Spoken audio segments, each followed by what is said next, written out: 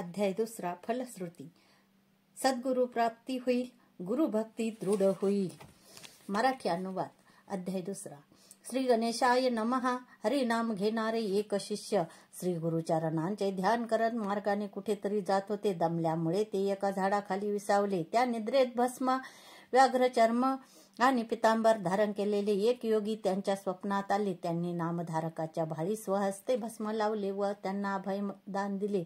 त्यामुळे त्यांना एकदम जाग आली. त्यांनी उठून भोवताली पाहिले तर कोणीच दिसलं नाही. ते आश्चर्य करत पुनश्च मार्गस्थ झाले. काही अंतरावर त्यांना स्वप्नातील योग्यांचे प्रत्यक्ष दर्शन झाले. तेव्हा ते आनंदाने पुढे धावले आणि वंदन करून म्हणाले, हे योगीश्वर, हे भक्तावर कृपा करणारे स्वामी राया, तुम्ही कोण आहात? कुठून आलात? तुम्ही कुठे राहता? योगी म्हणाले, माझे नाव सिद्ध गाणगापूरचे नृसिंह सरस्वती हे माझे गुरु.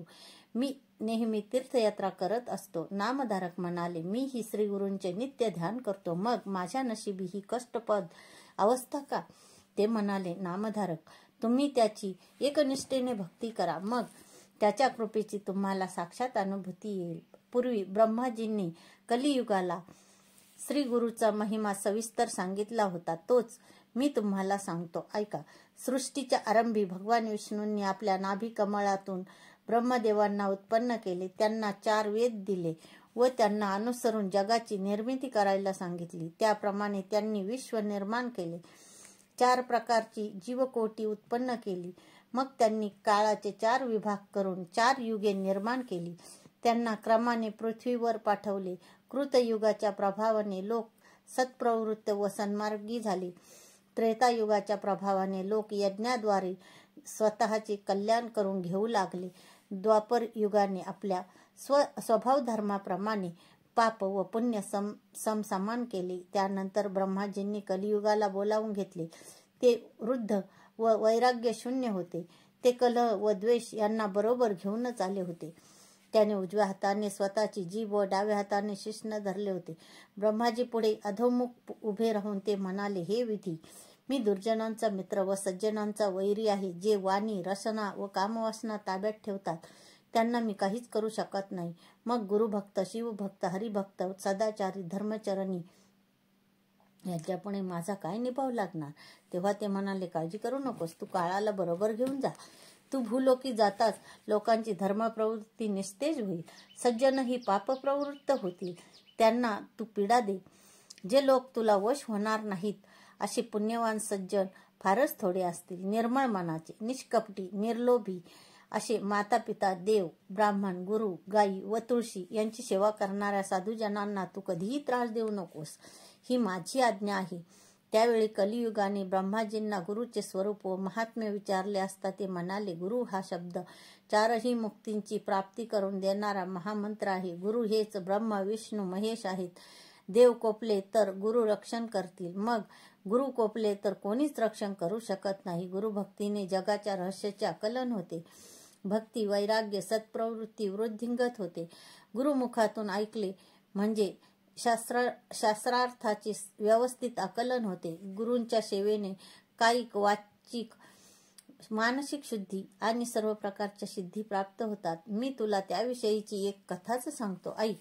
पूर्वीच्या गोदावरीच्या तीरी अंगिरस ऋषीच्या आश्रमात पैल ऋषीचे शिष्य असलेले वेदधर्म नावाचे मुनी राहत असत. ते आपल्या शिष्याकडून वेदशास्त्रांचा अभ्यास करून घेत असत. एकदा सर्व शिष्यांना उद्देशून ते म्हणाले, माझे पूर्वजन्मीचे शेष पापभोग याच देही भोगायचे आहेत. त्यासाठी मी काशीला जाणार आहे.